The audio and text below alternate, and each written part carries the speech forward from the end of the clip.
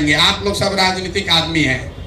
पूरा देश मान रहा है कि ये नहीं संभव है, बिहार में कोई नई व्यवस्था नहीं बन सकती है।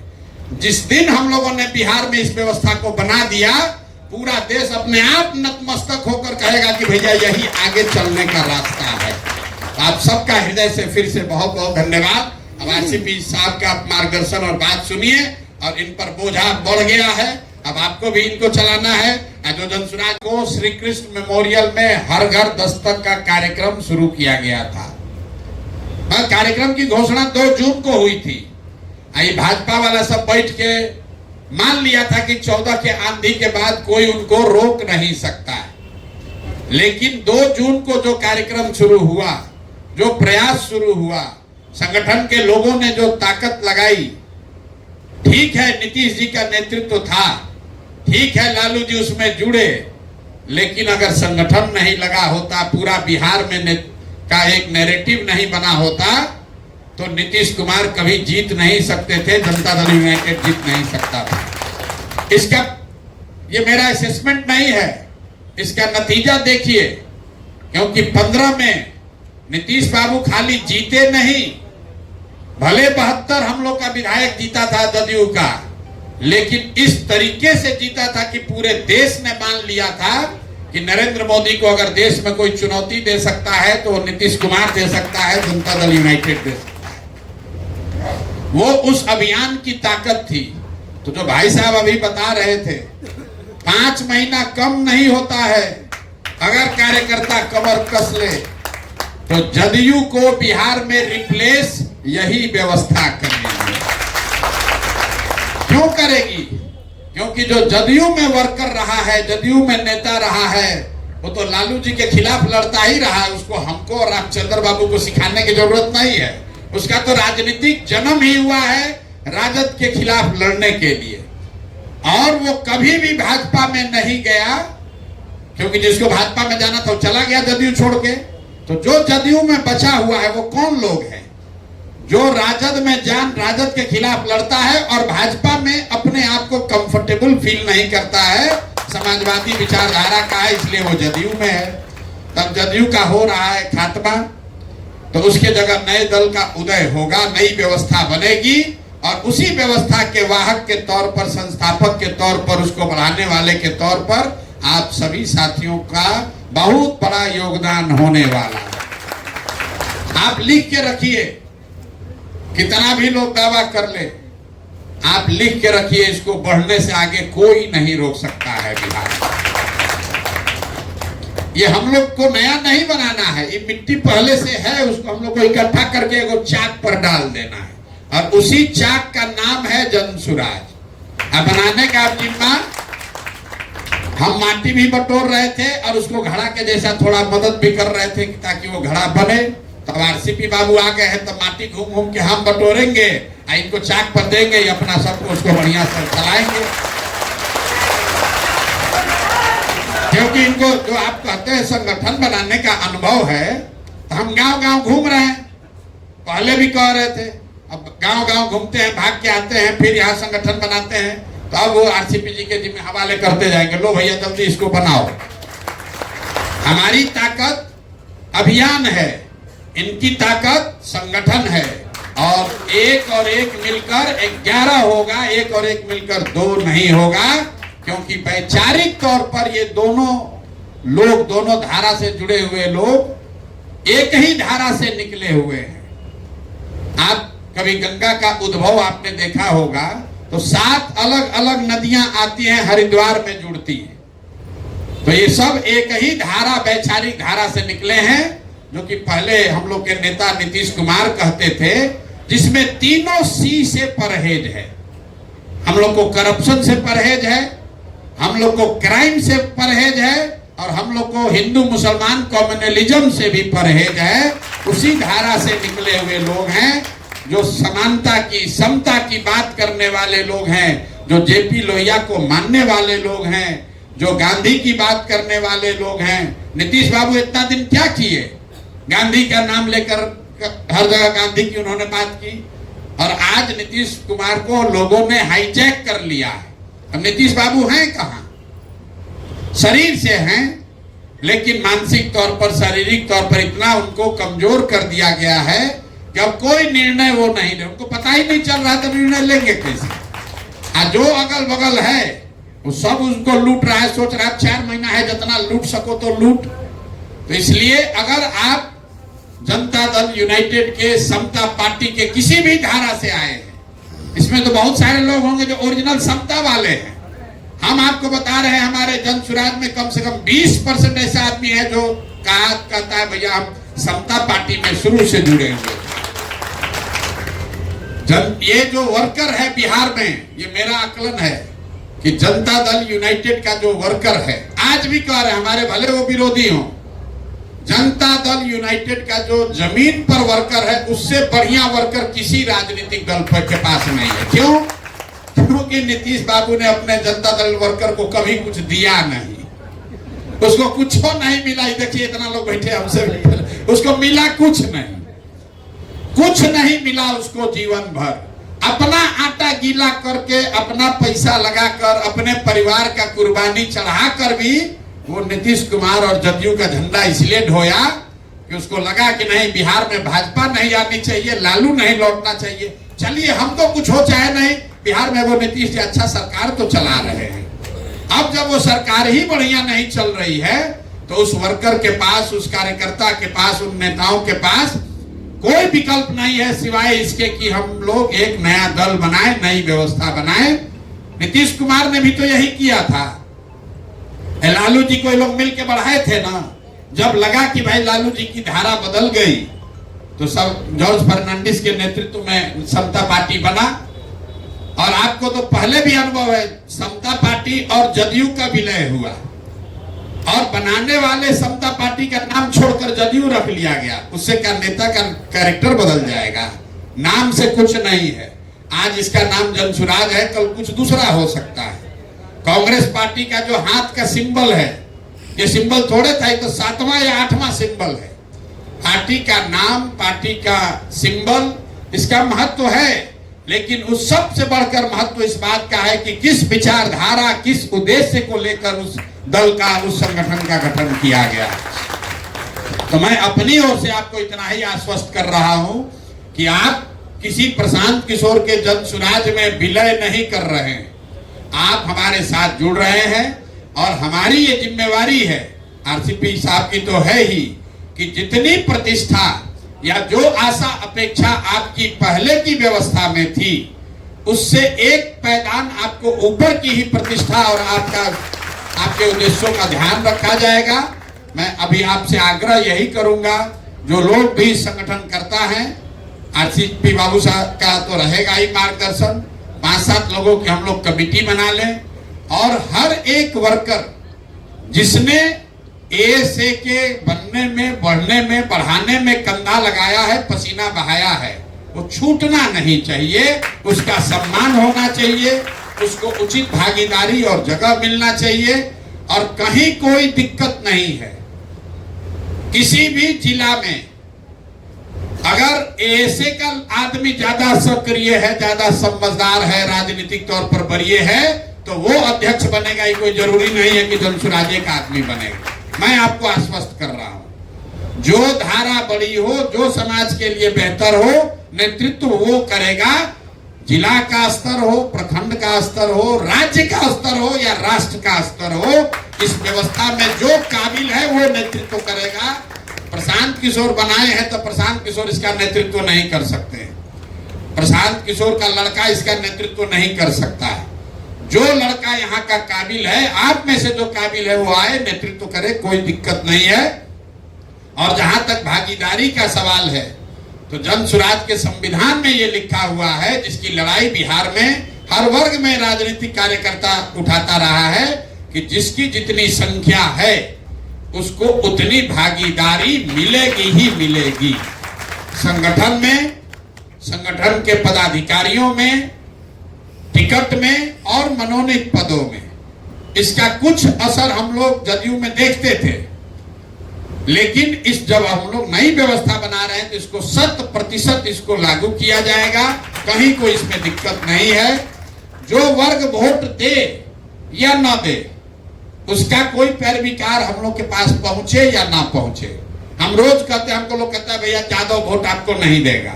हम आपको कैमरे पर कह रहे हैं कि जदयू में एक नई व्यवस्था, ये जन सुराज में 15% टिकट यादव समाज के लोगों को मिलेगा ही मिलेगा। अरे भाई, वोट तो किसी पार्टी को 100% आदमी नहीं दे सकता है, किसी को 100% वोट नहीं आया। तो हम लोग जो अगर अपने को इसका अगुआ बता रहे हैं, हम लोग अपनी ओर से गलती नहीं करेंगे। वोट देना नहीं देना वो समाज का बात है। अगर 35% अति पिछड़ा है तो 70 सीट अति पिछड़ा को मिलेगा ही मिलेगा, कहीं कोई उसमें दो मत नहीं है। और अति पिछड़ा के अंदर जो जातियां हैं उनका भी जहां तक हो सकेगा उनके आबादी के हिसाब से उनको जगह दी जाएगी। फर्क बस इतना ही है कि हम लोग जन सुराज में कहते हैं कि उस समाज का सबसे काबिल व्यक्ति चुनाव लड़ेगा, उस समाज का काबिल आदमी लड़ेगा। ये नहीं कि अच्छा ये धानुक है इसलिए लड़ेंगे, ये यादव है, ये पंडित जी हैं, कुशवाहा है इसलिए लड़ेंगे। हम लोग का मानना है कि भाई काबिल आदमी 243 थोड़े ही ना है। इस बात को आप समझिए खूब बढ़िया से, क्योंकि बिहार में हर दल नारा देता है कि भैया जिसका जितना संख्या उतना भागीदारी, और हम लोग भी कह रहे हैं। दोनों में फर्क क्या है? फर्क यह है कि जन सुराज में जगह उसको मिलेगी, टिकट उसको मिलेगा जो सबसे काबिल व्यक्ति है, समाज के नजर में अच्छा व्यक्ति है, सही व्यक्ति है। लेकिन सही तो 1000 आदमी होगा, तो 1000 लोगों में से जब 243 चुना जाएगा तो ये ध्यान रखा जाएगा कि भाई यादव समाज का भी 30 आदमी जरूर इसमें आ जाए, इसमें अति पिछड़ा समाज का 70 आ जाए। क्यों ऐसा है? क्योंकि हम लोग का ऐसा मानना है कि हर समाज में काबिल आदमी है, और हर काबिल आदमी का कोई ना कोई जाति है ही है। अगर आप पैदा हुए हैं तो किसी जाति में पैदा हुए होंगे। तो अगर बांटने वाले के दिमाग में हमारी नियत में खोट न हो तो ये संभव है कि हर समाज से अच्छे आदमी को निकालकर उस समाज की संख्या के हिसाब से उसको भागीदारी दे दी जाए। तो यही व्यवस्था आप पर भी लागू है।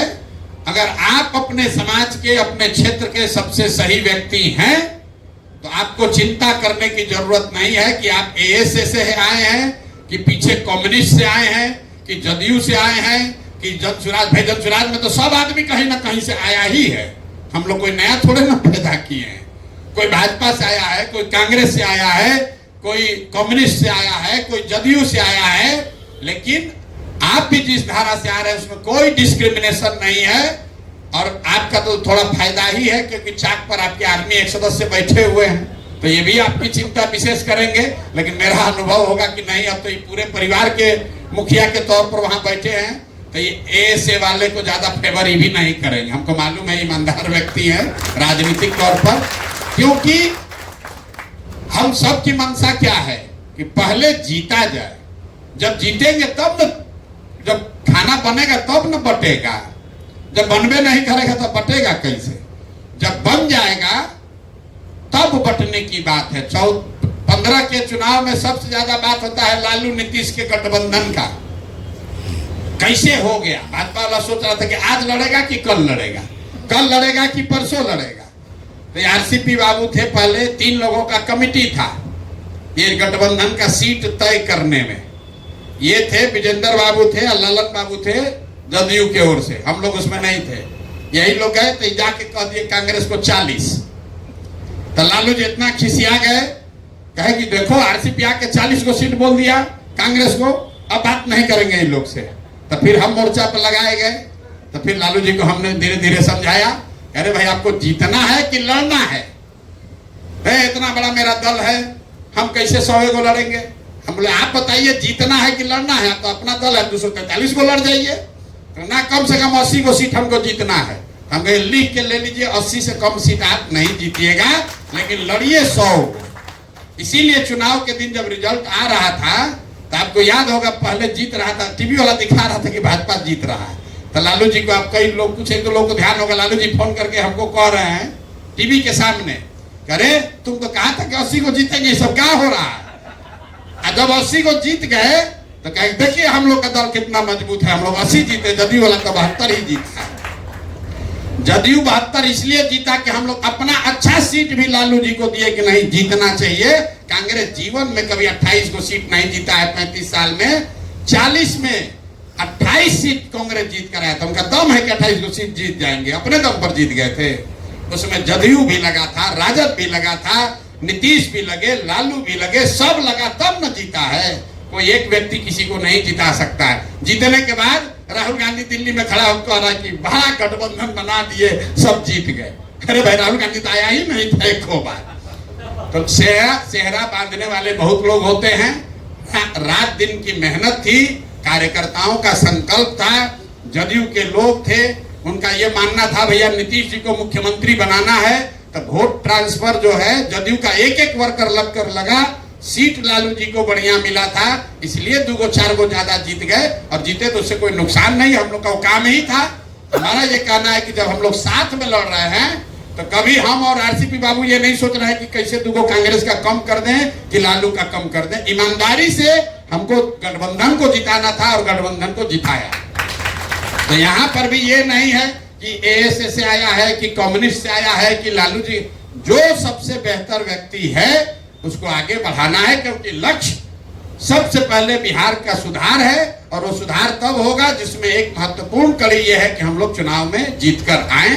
तो मेरा विश्वास है आप यहाँ पूरे भरोसे से आइए, रहिए, पूरी ताकत जोड़िए और 1 और 1 2 के हिसाब से नहीं, 1 और 1 11 हो, इस नियत से आइए। आपका घर है, जितना हक आपका आरसीपी पर है उतना ही आपका हक प्रशांत किशोर पर भी है। आप किसी भी क्षण आकर मिल सकते हैं, बात कर सकते हैं, अपनी कोई शिकवा शिकायत है तो कर सकते हैं। कोशिश हम लोग की रहेगी कि किसी के साथ गलती न हो। आपने जो प्रयास किया है, जो चीज आपने नीचे बनाई है, उसका मैं सम्मान करता हूं, उसके लिए आपका तहे दिल से धन्यवाद करता हूं। अब इन दोनों का समागम होना चाहिए और एक बड़ी गंगा बननी चाहिए। लेकिन अगर गंगा भी बना लीजिएगा, उसको भी एक ना एक दिन जाकर समंदर में मिलना है, उससे कोई घबराने की बात नहीं है। हम लोग को बिहार में बहुत अच्छा भी समय है, ये मत घबराइए कि अब समय नहीं है। 4 महीना चुनाव में ईमानदारी से काम करने के लिए लोग लग जाए तो आंधी हो सकता है 4 महीना में। बहुत आदमी अभी से कह रहे हैं भैया तो समय कहाँ, तो चुनाव आ गया। अरे भैया हम लोग जब मई में आए थे यहाँ तो ये हमको पहले पत्रकार लोग से नीतीश जी मिलवाए तो कहाँ समय है, क्या बाकी क्या कर लीजिएगा। तो भाजपा में तो विभाग सब सुशील मोदी जी बांट दिए कि कौन परिवहन मंत्री बनेगा, कौन स्वास्थ्य मंत्री बनेगा। कल अभी भाजपा के कार्यालय में झगड़ा हुआ है, 2 आदमी तय नहीं कर पा रहा था कि किसको कौन विभाग मिलेगा। सर्वे हुआ तो हम लोग 8% पीछे थे। सीएसडीएस का सर्वे आया 8% महागठबंधन पीछे था। लेकिन आप लोग इस बात के गवाह हैं, पत्रकारों को छोड़िए, आप लोग उस युद्ध में योद्धा थे। जून, जुलाई, अगस्त, सितंबर आते आते 4% पीछे रह गए।